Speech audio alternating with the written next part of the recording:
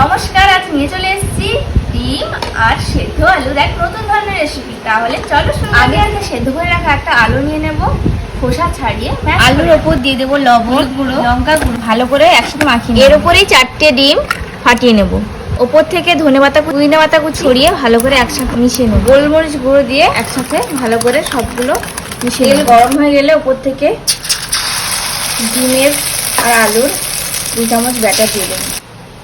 এইভাবে আমি সবগুলো ভেজে নিয়েছি। তেলটা গরম হয়ে গেলে উপর থেকে চিনি দিয়ে দেবো।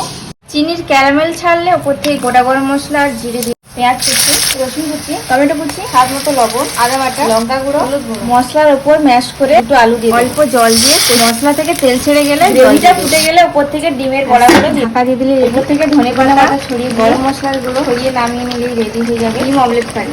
এইরকম ডিমের বড়ার ঝোল বাড়িতে একবার বানিয়ে খান, আর ভালো লাগলে লাইক, শেয়ার এন্ড সাবস্ক্রাইব।